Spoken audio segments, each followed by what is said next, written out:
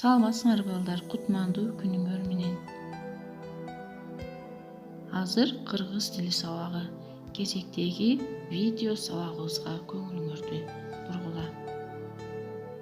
Балдар, сабакка даярданабыз. Китеп дептерлерди, ручканы алгыла. Сабакка көңүл коюп отургула. Бүгүнкү биздин өтүлө турган тема сүйлөмдө ээнин милдетин аткарган айбанаттардын аттары. Сабактын максаты: биринчи, тема жөнүндө түшүнүк аласыңар. Экинчи, текст менен иштейсиңер, суроо берип үйрөнөсүңөр. Үчүнчү, өз алдынча иштегенге көнөсүңөр.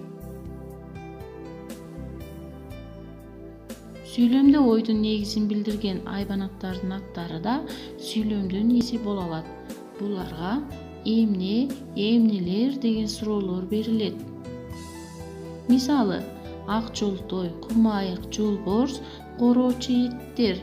Бул сүйлөмдө ак жолтой, кумайык, жолборс иттин аты болгондуктан эмне деген суроо берилет. Ошондой эле сүйлөмдүн ээси боло алат. Сүрөттөр менен иштейбиз. Бул эмне? Тоту куш. Эмнелер? Тоту куштар. Эмне? Эчки. Эмнелер? Эчкилер. Көрдүңөрбү балдар? Эмне деген суроолор берилди. Көнүгүү иштейбиз. 303 көнүгүү. Кагаздан жасалган 1000 турна. 3 бөлүм.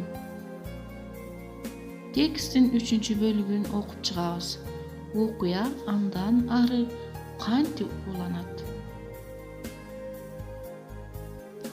Садако кагаздан 1000 турна жасайм деп күнү түнү чарчабай аракеттенет.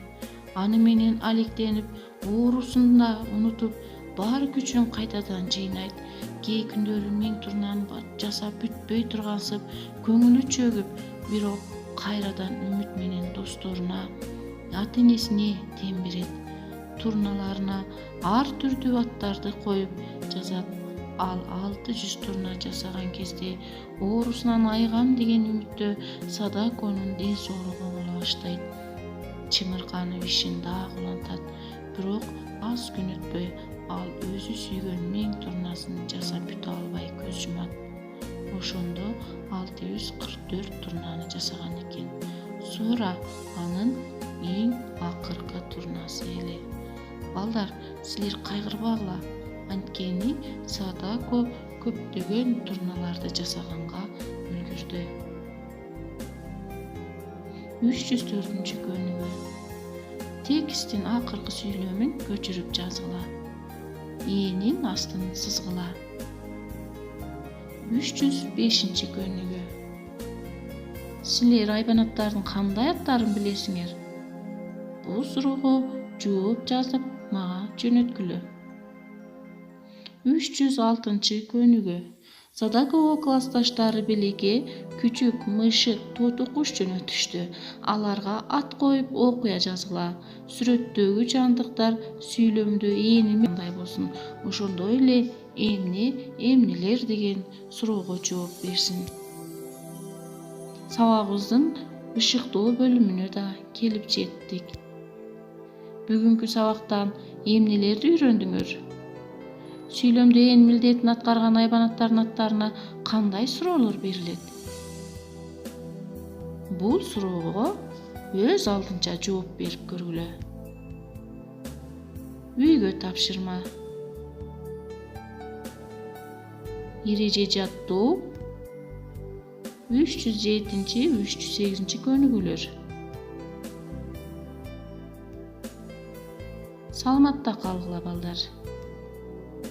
Görüşkünçü.